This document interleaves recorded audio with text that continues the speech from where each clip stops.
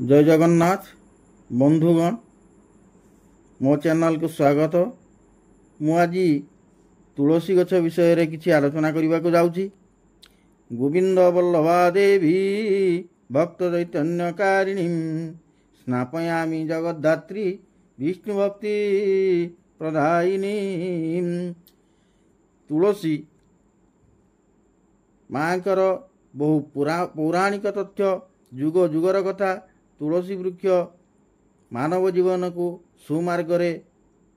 सुमार्गकारी अटे। तुलसी वृक्ष तुलसी चौरा को प्रदक्षिण करिबा, तुलसी मूल मूर्तिका को ललाटरे तिलक करी लगाइबा, तुलसी जलपान करिबा और मस्तकरे सिंचन करिबा द्वारा बहु पुण्यफल मिलता है। प्रथमतः आम जानिबा तुलसी मूलर माटी को जो व्यक्ति मुंडरे धारण करिथाए सेही व्यक्ति को जे केही थरे मात्र दर्शन करे ताहार वर्षकर पाप नाश हो जाए। मूर्तिका चिता नाई थिबा व्यक्ति को तार शरीर को कदापि पाप स्पर्श करे नहीं। जो व्यक्ति तुलसी मूलर मूर्तिका धारण द्वारा मोक्ष लाभ मध्य होइथाए।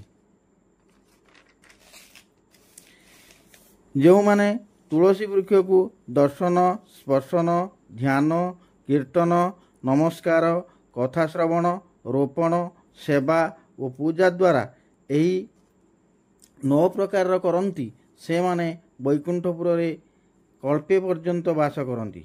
तुलसी विष्णुंकर अति प्रिय।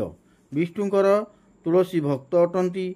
माँ सदा सर्वदा केशवंकर प्रभु जगन्नाथंकर अति प्रिय अटंती।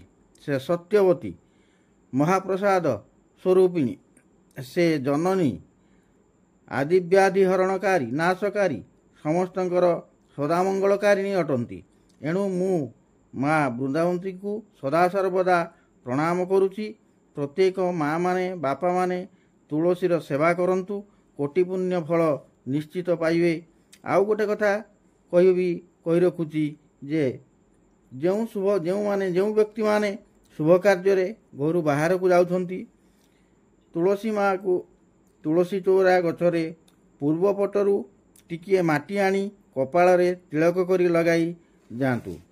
निश्चित भाव में कार्य सफल हेबो। परीक्षा करी देखंतु। मु एतिकी कही विदाय नेउछि। जय जगन्नाथ।